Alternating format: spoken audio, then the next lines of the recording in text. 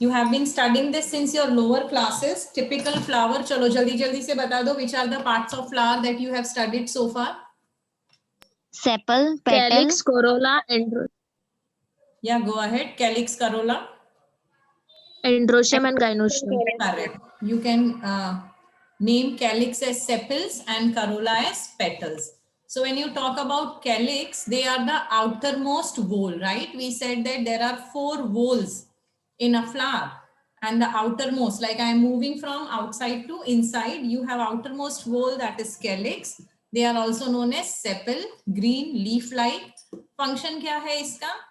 They will protect flower in the bud stage. So when the flower has not bloomed, it is still in the bud stage. That time it is protected by calyx. Now these calyx can be either free or united. Now see, I am explaining you the things now and I will be showing you the pictures later. So you will have to tell me कि मैं आपको क्या दिखा रही हूँ. Gamosepalous दिखा रही हूँ, Polysepalous दिखा रही हूँ. What exactly I am showing you, okay? ठीक है? Will you be able to identify? Children? yes ma'am. Okay. So petals can be, sepals can be gamosepalous or polysepalous. Gamo मतलब united. अब ये सेम टर्मिनोलॉजी चलेगी and तक, तो समझ लेंगे इसको अच्छे से. गैमो मतलब यूनाइटेड, पॉली मतलब फ्री. सो गैमोसेपेलस मतलब जहां पे all the sepals are united, और पॉलीसेपेलस मतलब where all the sepals are free. Clear है? Can I go to the next slide? Yes, ma'am. Okay, coming to corolla और petals. Brightly coloured है. क्यों brightly coloured है? Function होगा कुछ Corolla का. What is the function of Corolla? It To attract insects. insects for pollination. Pollination. So what is pollination?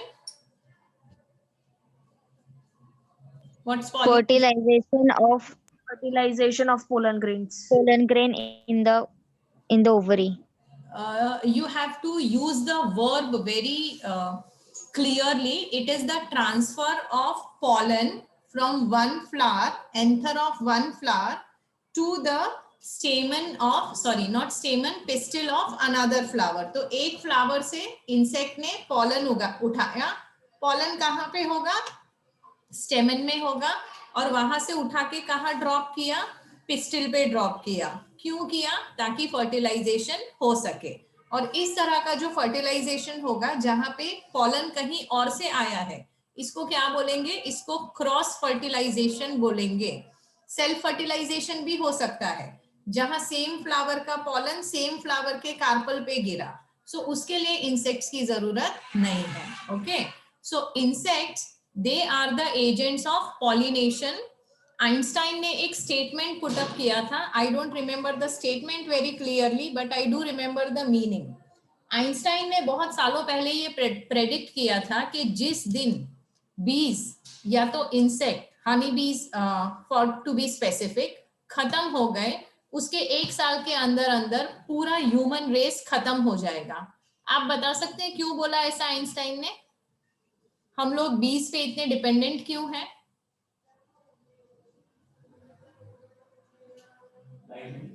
दिमाग लगाओ थोड़ा.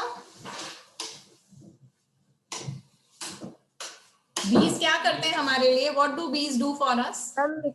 Because वो pollination करते हैं ना, इसलिए. Yes ma'am. Cross pollination करते हैं इसमें. और बाद में plants का मतलब growth होता है ना pollination से. That's why. अगर plants ही नहीं बचेंगे तो ऑक्सीजन ही नहीं होगा, और बाद में हम लोग Pollination के बाद fruit भी होगा, तो fruit नहीं होगा तो yes, food नहीं होगा, ऑक्सीजन नहीं मिलेगा plants कम हो जाने की वजह से. Very good, I like that derivation. अगर बीज नहीं होंगे, पॉलिनेशन नहीं होगा, पॉलिनेशन नहीं होंगे, फ्रूट्स नहीं होंगे, फ्रूट्स नहीं होंगे तो सीड नहीं होगा, सीड नहीं होगा तो नए प्लांट्स कहाँ से उगाओगे? And we depend so much on plants for oxygen, for food, for so many things. So you don't have to. ये सारी चीजें मैं क्यों डिस्कस कर रही हूँ? आजकल जीएमओस का जमाना है. बहुत ही this is a topic which can on which you can debate very deeply. GMO is genetically modified organisms. तो बहुत सारे genetically modified species हमने जनरेट कर लिए हैं बायोटेक्नोलॉजी और जेनेटिक इंजीनियरिंग की नॉलेज से. पर लोग अब इसको प्रोटेस्ट कर रहे हैं. People want to go back to the wild varieties. जैसे चावल है, ऑलमोस्ट 40,000 वेराइटीज होती हैं राइस की, ठीक है. उसमें से बहुत सारी हमने जेनेटिकली मॉडिफाइड बना दी. तो जो देसी चावल था जिसमें कोई पेस्टिसाइड के जीन नहीं है, इंसेक्टिसाइड के जीन नहीं है, अब वो कोई कल्टीवेट ही नहीं कर रहा है. और अब लोग रियलाइज कर रहे हैं कि धीरे धीरे करके we are killing the insect population and that is not doing any good to the human race. समझ पा रहे हैं आप लोग? So whenever you have time, थोड़े डिबेट्स रीड करो. जीएमओ के ऊपर क्या डिबेट हुए हैं अभी तक, what are the pros and cons, उसको थोड़ा रीड करो and try to connect to pollination. okay, so और आपको फ्लावर देख के समझ में आ जाना चाहिए कि ये इंसेक्ट पॉलिनेटेड होगा, विंड पॉलिनेटेड होगा या वाटर पॉलिनेटेड होगा. कुछ कुछ फ्लावर्स हैं जो रात को ब्लूम करते हैं, जो बहुत ज्यादा कलरफुल नहीं है. आप बता सकते हैं कौन से ऐसे फ्लावर हैं? आपके घर पे भी होंगे, याद करो थोड़ा सा. रात रानी सबको पता है? रात रानी करके एक फ्लावर आता है व्हाइट कलर का, बहुत अच्छी खुशबू देता है, वो रात को ब्लूम करता है. आप थोड़ा सा ऑब्जर्व करना अपने आसपास, जितने भी कलरफुल फ्लावर्स हैं, रोज हो गया, हिबिस्कस हो गया, लोटस हो गया, ये दिन में ब्लूम करते हैं सनलाइट में. लेकिन जितने भी व्हाइट फ्लावर्स हैं वो रात को ब्लूम करते हैं. हाँ श्रुजल, आप कुछ कह रहे हैं? हाँ मैं, मेरे घर पे था, अभी भी है शायद से. कौन सा? रात रानी शायद. हाँ नहीं, वही है, वही था. मतलब सच में? शायद का क्या मतलब है? अपने घर में रहते हो, मतलब पड़ोसी अभी के घर में रहते हो? वैसा नहीं, मैं बहुत ज्यादा बड़ा है ना गार्डन, इसलिए मैं बता नहीं होता कौन सा कहाँ है. बहुत ज्यादा बड़ा गार्डन है. कितना बड़ा गार्डन है श्रुजल? हम आते हैं तेरे गार्डन में चाय पीने के लिए. हाँ मैं माना, कोई नहीं. ठीक है. चलो, everybody is ready. This Sunday Shrujal is inviting us for tea party in his big big big garden, जो वो देख नहीं पाता. Okay, so coming back to pollination. Colourful flowers pollination के लिए होते हैं. अब इंसेक्ट उनको फ्री में पॉलिनेट नहीं करेगा, उसको कुछ तो रिवॉर्ड देना पड़ेगा. तो या तो उसकी खुशबू अच्छी होनी चाहिए, या तो वो दिखने में अच्छा होना चाहिए. पर वो तो सब सिर्फ इंसेक्ट को अट्रैक्ट करने के लिए. बार बार इंसेक्ट कब आएगा? बार बार इंसेक्ट तब आएगा जब उसको कुछ खाना मिलेगा, उसको नेक्टर मिलेगा. सो फ्लावर्स प्रोड्यूस नेक्टर. नेक्टर के चक्कर में इंसेक्ट्स आते हैं, फ्लावर को विजिट करते हैं, from one flower to one flower, and then they do pollination. 12th में इकोलॉजी में आप एक चीज पढ़ेंगे जिसको बोलते हैं पॉलन रॉबर्स. कुछ इंसेक्ट्स बहुत होशियार होते हैं, उस नेक्टर तो चुरा लेते हैं पर पॉलिनेशन नहीं करते हैं. और कुछ प्लांट्स भी बहुत होशियार होते हैं, वो ऐसे दिखते हैं जैसे किसी इंसेक्ट का फीमेल स्पीशीज हो. तो मेटिंग के चक्कर में इंसेक्ट वहां आता है, पर उसको नेक्टर नहीं मिलता और मेटिंग के लिए फीमेल भी नहीं मिलती है, तो बेवकूफ बन जाता है insect. Okay, we'll study all this interesting things in 12th standard. अभी क्लियर है सबको? Yes ma'am. मैम स्लाइड आपने चेंज की है कोरोना वाली? हाँ, करोला ही दिख रहा है बेटा, अभी करोला वाली ही स्लाइड है. मैम इधर कैलिक्स दिख रहा है. Okay okay okay, wait. Pollination का मतलब होता है transfer of pollen from stamen of one flower to the pistil of other flower. और इंसेक्ट्स ऐसा कब करेंगे? जब फ्लावर ब्राइटली कलर्ड होंगे, बहुत अच्छी स्मेल आएगी उसमें और बहुत सारा नेक्टर होगा. ओके, अब ये पेटल्स जब फ्री होंगे तो उनको बोलेंगे पॉलीपेटलस, जब फ्यूज्ड होंगे तो उनको बोलेंगे gamopetalous. Shape and colour of the petal will vary. अलग अलग कलर्स के फ्लावर हो सकते हैं. इवन जब वो पेटल्स फ्यूज्ड होते हैं ना, तो वो अलग अलग शेप बनाएंगे, जैसे tubular, bell shaped, funnel shaped, wheel shaped etcetera. तो आप क्या करेंगे इसको अच्छे से समझने के लिए? जब भी आप बाहर जाएंगे गार्डन में या कहीं भी, वैसे श्रुजल के गार्डन में तो हम जाने ही वाले हैं, और किसी गार्डन में जब जाएंगे तो you have to keep observing flowers and then you keep classifying कि ये गेमोसेपेलस है, पॉलीसेपेलस है, गेमोपेटलस है या पॉलीपेटलस है, इंसेक्ट पॉलिनेटेड है या विंड पॉलिनेटेड है. So you can keep asking those questions to yourself. Next slide दिख रही है एंड्रोशियम वाली? Yes ma'am. Okay, androecium is the male ma'am. Reproductive part. हाँ बताइए। मैम टेक्स्ट बुक में एस्टिवेशन भी दिया हुआ है। हाँ वो इसके बाद आएगा, वंस वी कंप्लीट फ्लावर फिर आएगा एस्टिवेशन। ओके, सो एंड्रोशियम की जब हम बात करते हैं, it is made up of स्टेमन। स्टेमन किसका बना हुआ है? स्टेमन बना हुआ है फिलामेंट और एंथर का। तो filament is a stalk like structure, anther is a sac like structure. तो ये मेल रिप्रोडक्टिव ऑर्गन के अंदर क्या होगा?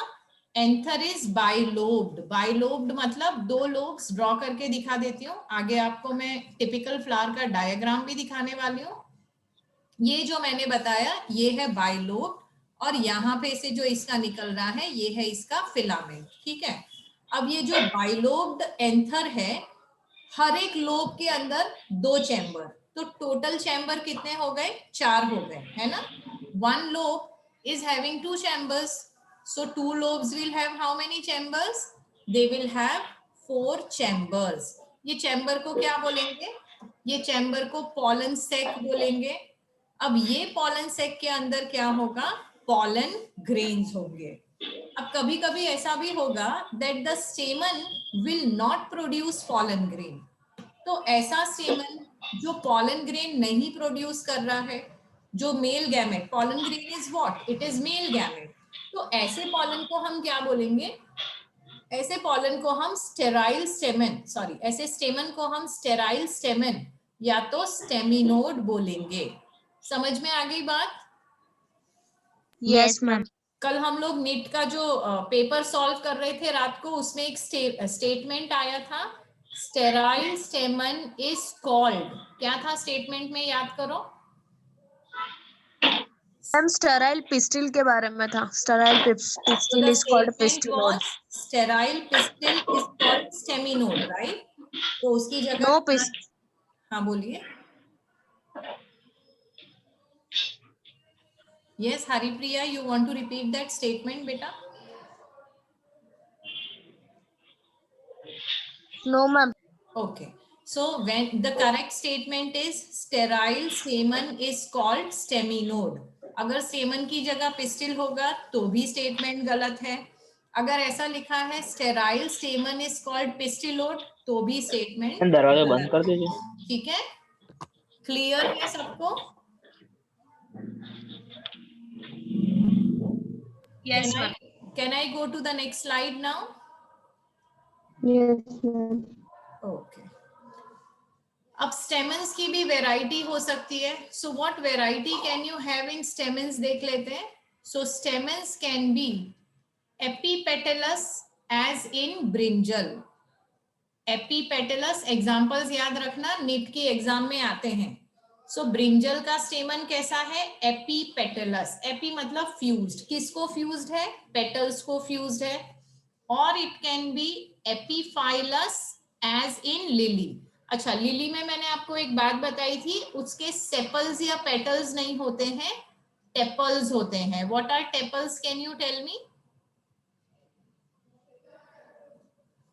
कम ऑन, अरे इजी है, बोलो। Calyx and corolla are not distinct. Correct, calyx and corolla are not distinct, they are fused with each other. तो इस स्ट्रक्चर को हम टेपल्स बोल सकते हैं या पेरियांथ भी बोल सकते हैं। किसमें होता है? लिली में होता है। तो जब स्टेमन पेरियांथ को अटैच्ड होगा तो उसको क्या बोलोगे? एपीफाइलस बोलोगे। जब वो पेटल्स को अरेंज्ड होगा तो सॉरी फ्यूज्ड होगा तो उसको क्या बोलोगे? एपीपेटलस बोलोगे। क्लियर है? Yes ma'am. Okay. Yes ma'am. Now stamens also they can be free or united. तो जब stamens free होंगे तो उनको बोलेंगे polyandrous, और जब united होंगे उसको फिर हम पूछेंगे कि वो किस तरह से united है। So are they united in one bundle, two bundle और more than two bundles? समझे? मैं आपको images भी दिखाती हूँ। अगर एक ही बंडल है, फिर हो सकता है कि 2 बंडल है, और हो सकता है बहुत सारे बंडल्स हैं, and that is how they are united. तो if it is united into only one bundle, इसको हम बोलेंगे मोनोडेल्फस। और इसका एग्जांपल है चाइना रोज, हिबिस्कस, जो कि बहुत ही कॉमन फ्लावर है। शायद सबके गार्डन में होगा। तो चाइना रोज कैसा है? मोनोडेल्फस है। It is united into only one bundle. Diadelphous का एग्जाम्पल है पी। हमने ये फ्लावर पहले भी देखा है, पर्पल कलर का फ्लावर, मैंने आपको बोला था इसकी चाय बनती है, अपराजिता बोलते हैं हिंदी में। Okay, I will show you the images again. So that is डाइडेल्फस।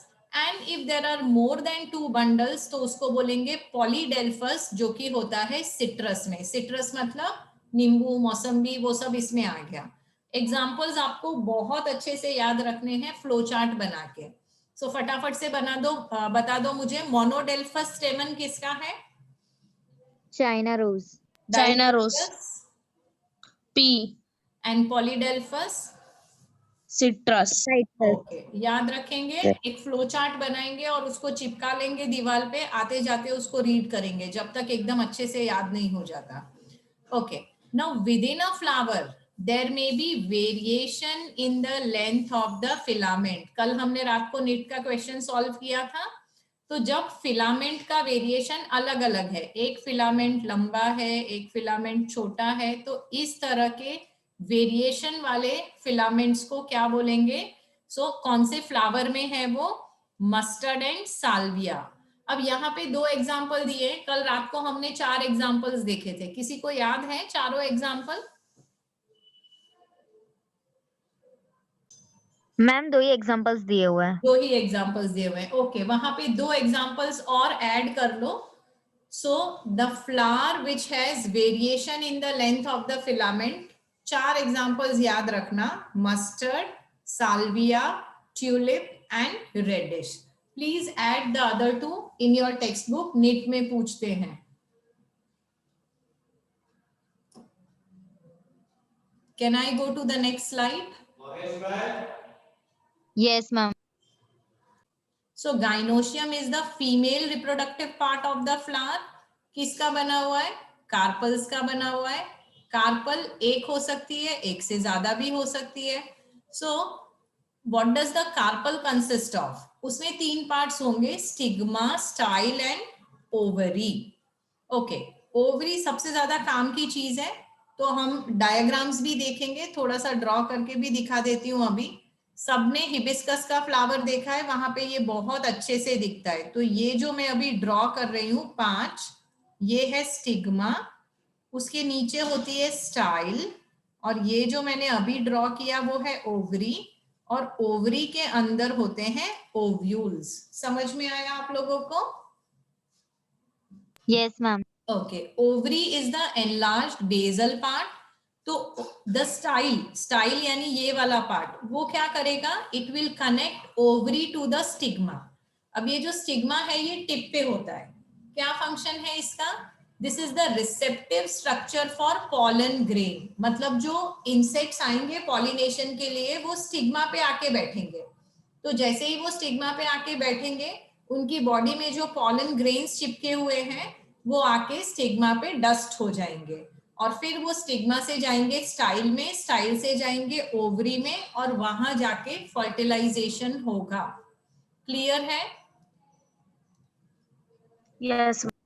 Okay, so each ovary has got 1 or more ovules, and these ovules are attached to a flattened cushion like structure called placenta।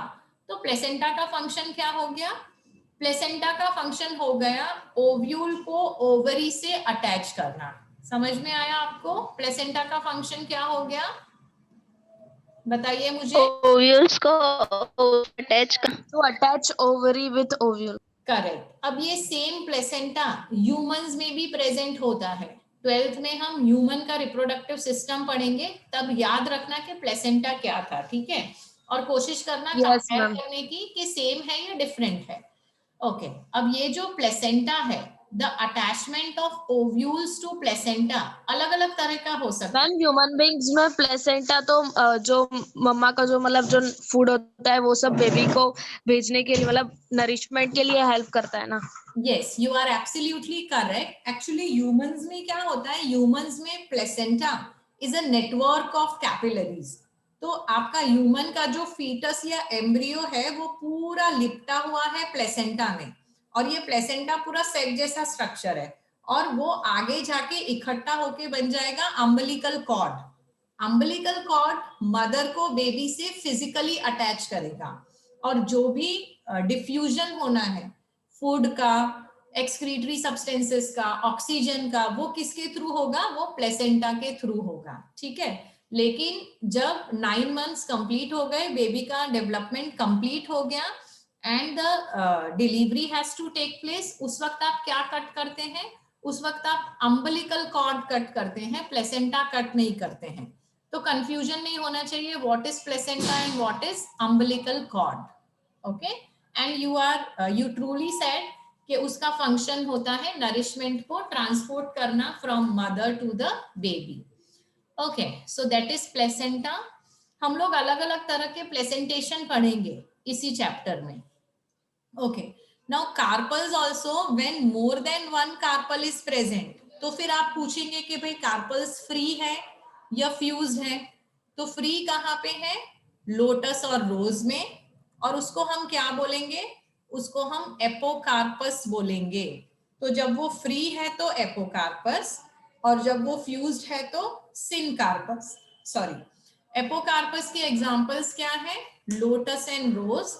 Syncarpous के example क्या है? Mustard and tomato. ये सारी चीजें आप घर पे उगा सकते हैं। तो अब जब भी आप रोज देखोगे, आप क्या देखोगे अंदर? आप देखोगे कि अंदर बहुत सारे कार्पल्स होने चाहिए और वो फ्री होने चाहिए। मस्टर्ड टोमेटो भी घर पे आराम से उगता है, ओके।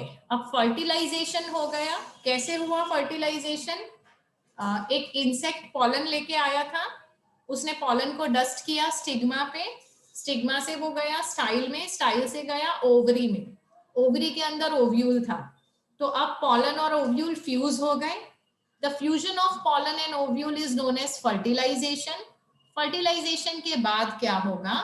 देखो, ओवरी था और ओव्यूल था, तो ओवरी के अंदर जो ओव्यूल थे वो अब क्या बन गए? सीड बन गए, और जो ओवरी था वो क्या बन गया? वो फ्रूट बन गया। मतलब जो आप खा रहे हो, आप क्या खा रहे हो? आप फर्टिलाइज्ड ओवरी खा रहे हो। when you are eating fruits, what are you actually eating? You are eating ovary after fertilization. Clear है? Yes or no, children? Yes, ma'am.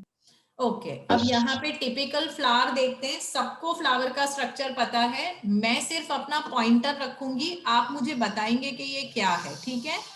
Will you help me labelling? चलो बाहर से शुरू करेंगे, बताइए ये क्या है? कैलिक्स। करेक्ट, ये है कैलिक्स या तो सेपल। अच्छा, ये येलो वाला क्या है? कोरोला। करोला या तो पेटल। जब ये दोनों फ्यूज होते हैं तो इसको क्या बोलते हैं? पेरियंथ। करेक्ट। फ्लावर जिस एक्सिस पे है उसको क्या बोलेंगे? पेडिकल। Pedicel, correct. ओके, अब मुझे बताइए ये वाला क्या है? पहले मैं इसको जरा ऊपर रख देती हूँ। अब मुझे बताइए ये स्ट्रक्चर कौन सा है जहां पे मेरा एरो घूम रहा है? एंड्रोशियम। एंड्रोशियम। एंड्रोशियम किसका बना हुआ है? फिलामेंट एंड फिलामेंट और एंथर। Filament and anther. अच्छा, एंथर के अंदर क्या है? माइक्रोस्पोर। एक मिनट, हाँ। Pollen grains. ओके, माइक्रो हमने क्या पढ़ा था? देखो, स्टेमन के अंदर एंथर हैं जो कि लोब्स हैं, they are connected to each other by connective. उसके अंदर 4 लोब्स हैं और 4 लोब्स के अंदर है एंथर, ठीक है? ये हम डिटेल में पढ़ेंगे 12th स्टैंडर्ड में। ओके, अब मुझे बता दो ये क्या है? पॉइंटर चला गया मेरा, फिर से ले लेती हूँ। What is this? Gynoecium. Gynoecium के कितने पार्ट्स होते हैं? Stigma, style and style and ovary. और ओवरी के अंदर क्या है? ओव्यूल्स। ओव्यूल्स। और ओव्यूल्स को स्टिग्मा एंड स्टाइल। ओके, अब मुझे बताइए ओव्यूल को ओवरी से अटैच करने का काम कौन करता है? Placenta. Great, very good. that's ovary, stigma and style. Okay, Himadri अटक गई ओवरी सिग्मा इन स्टाइल पे। Okay, so that was wonderful. अब हम एस्टिवेशंस बाद में देखेंगे। सो सुपरसोनिक स्पीड में लेबल करते जाओ, बताओ ये क्या है? पॉइंटर दिख रहा है मेरा? नहीं दिख रहा है? No, ma'am. ठीक है, दिखा देते हैं। चलो, ये क्या है? ओव्यूल। ओव्यूल किसके अंदर है? ओवरी। Ovary. ओके, गाइनोशियम के कितने पार्ट्स हैं? 3 parts. Sigma, Sigma, style style, and ovary. Sigma style and ovary. अच्छा, अभी मेरा पॉइंटर कहाँ पे है? Androecium. फिलामेंट। उसको और क्या बोलेंगे? एंड्रोशियम को और क्या filament बोलेंगे? and anther. Filament Stamen. And anther. Great great. और पेटल्स कहाँ पे हैं? ये रहे पेटल्स, और ये रहा रिसेप्टिकल। रिसेप्टिकल को और क्या बोलते हैं? Perianth. No, not perianth. थोड़ा और याद करो, रिसेप्टिकल क्या था? Reduced leaf. Thalamus. रिसेप्टिकल was thalamus, correct. Thalamus is correct. Flower. Flower Flower. है, Flower. इसका स्क्रीनशॉट लेना है और इसको ड्रॉ करना है नोटबुक में अच्छी सी लेबलिंग के साथ, ठीक है ना? स्क्रीन दिख रही है बच्चों? क्या दिख रहा है बताओ? Yes madam. Androecium and gynoecium. Okay, इसको भी स्क्रीनशॉट लो, इसको ड्रॉ करना है नोटबुक में। स्क्रीनशॉट ले लो।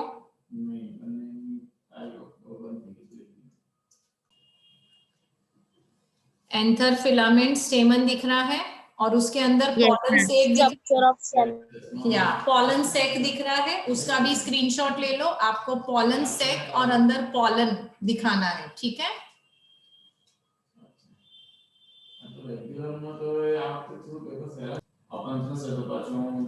Yes. क्या दिख रहा है स्क्रीन पे बताओ? Ma'am, Androecium. एक्चुअली एंड्रोशियम दिख रहा है, एंड दिस इज मोनोडेल्फस। देखो, एक एक एंड्रोशियम स्टाइल में जुड़ा हुआ है, हिबिस्कस का है ये, एंड दिस इज मोनोडेल्फस। याद रखेंगे आप लोग, मोनोडेल्फस हिबिस्कस ऐसा दिखता है। क्या दिख रहा है स्क्रीन पे आपको? Monodelphous, didelphous and polydelphous. Correct. फटाफट से एग्जांपल बता दो। मोनोडेल्फस का मैंने बताया हिबिस्कस, डाइडेल्फस का एग्जांपल बताओ। कंपैरिजन। डाइडेल्फस का एग्जांपल पी, P. और पॉलीडेल्फस का एग्जांपल Citrus. एक्सप्लेन करती हूँ क्या दिख रहा है। This is epipetalous स्टेमन। समझ पा रहे हैं बच्चों? एपीपेटलस स्टेमन का मतलब, एपीपेटलस स्टेमन का मतलब क्या था? Stamen is fused to petals. समझ में आ रहा है? यस और Yes, नो? ma'am. हाँ, एग्जांपल बता दो। एपीपेटलस स्टेमन किसमें था? Brinjal. Brinjal, correct. ब्रिंजल में था, सोलैंसी फैमिली है ये। ओके, याद रखना। अच्छा, यहाँ पे आपको सिनकार्पस गाइनोशियम भी दिख रहा है। सिनकार्पस गाइनोशियम का मतलब क्या था बताओ? Carpels are fused. करेक्ट। और उसका एग्जाम्पल क्या था? Mustard and tomato. ओके, याद रखना। यहाँ पे जो है वो ब्रिंजल का फ्लावर है, और यहाँ पे क्या दिखाने की कोशिश की है? ये दिखाने की कोशिश की है कि जो एंथर है वो किस तरह से पेटल्स को फ्यूज्ड हैं। तो ये कैसा एंथर हुआ? ये एपीपेटलस एंथर हुआ, जिसका एग्जाम्पल है ब्रिंजल, सोलैंसी फैमिली। याद रखेंगे? ट्रस। जितना हो सके और दिखा देती हूँ।